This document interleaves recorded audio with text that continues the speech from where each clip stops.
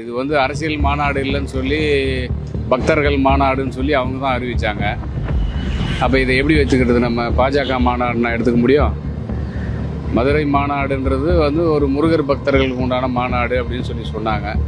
அந்த இடத்துல வந்து போய் இது திராவிட கட்சிகள்லாம் இங்கே இருக்கக்கூடாது, திராவிட நாடு இது இல்லை அப்படின்னா அந்த இடத்துல வந்து ஒரு திராவிட கட்சியில் போய் உட்காந்துக்கிட்டு பின்ன சும்மா உட்காந்துருந்தாங்கன்னா அதை தானே பேசுவாங்க.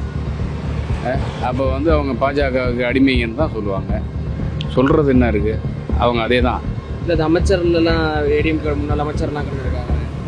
ஏடிஎம்கேவோட முன்னாள் அமைச்சர் இருந்திருக்கிறாங்க.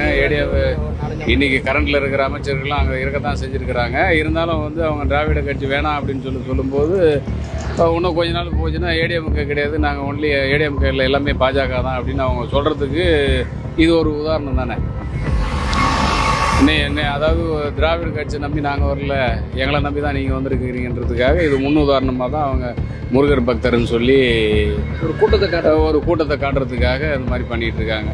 பொதுவாக நம்ம அரசியல் கட்சிலாம் வந்து மாநாடு போடணுன்னா நம்ம வந்து ஒரு கூட்டத்தை கூட்டி நாங்கள் இவ்வளோ கெப்பாசிட்டியோடு இருக்கிறோம், இவ்வளோ இடத்துல இருக்கிறோம், எங்களுக்கு இவ்வளோ சீட்டு வேணும் அப்படின்றதுக்காக சில கட்சிகள் வந்து இந்த மாதிரியான ஒரு கெப்பாசிட்டியை பண்ணுவாங்க.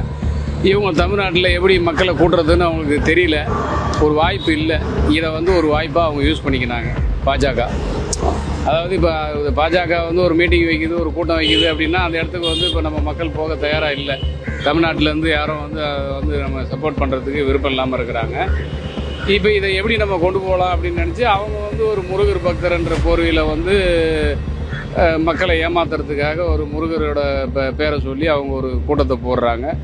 நம்ம மக்களும் வந்து என்ன பண்ணுறது, கடவுள் பக்தின்ற பேரில் சொல்கிறாங்களேன்றதுக்காக நம்ம போன கூட்டத்தை வந்து அவங்க சாதகமாக யூஸ் பண்ணிக்கினாங்க. அவ்வளோதான், வேறு ஒன்றும் இல்லை.